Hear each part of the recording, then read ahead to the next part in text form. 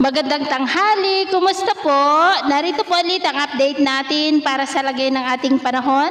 Ngayong tanghali po ng October 3, 2023 na kung saan sa ngayon ay patuloy pa rin po natin na binabantayan si Bagyong Jenny habang nananatili pa rin po na napakalakas na bagyo na taglay ang lakas ng hangin na umaabot po hanggang sa 195 kilometers per hour habang nasa layo po ngayon ng 264 kilometer east ng Itbayat, Batanes na patuloy ang pagkilos pa northwestward na nagbabanta po na mag-landfall dyan po sa may southern part ng Taiwan sa darating po na Huwebes ng umaga at nagbabanta naman na lalapit dyan po sa may Hong Kong sa darating po na linggo. At sa lagay po ng ating panahon ngayon ay patuloy pa rin na hinahatak ng bagyong si Jenny ang habagat na dahilan po ngayong hapon ng maulap na kalangitan na may mga pulupulong pag-ulan dyan po sa ilang bahagi ng Ilocos Sur, La Union, Benguet, ilang bahagi ng Central Luzon,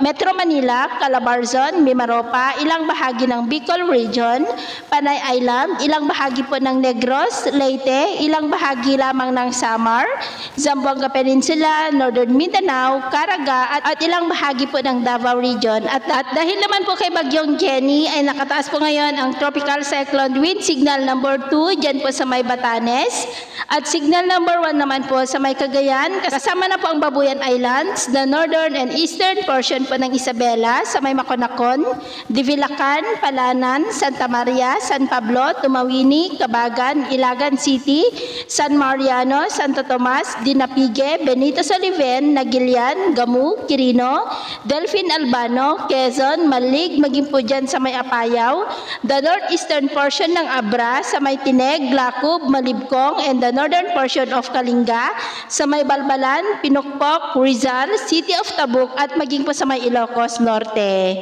At sa atin naman pong mga baybayin, may kataasan po ang mga alon ngayon, lalo na po dyan sa baybayin ng extreme northern Luzon,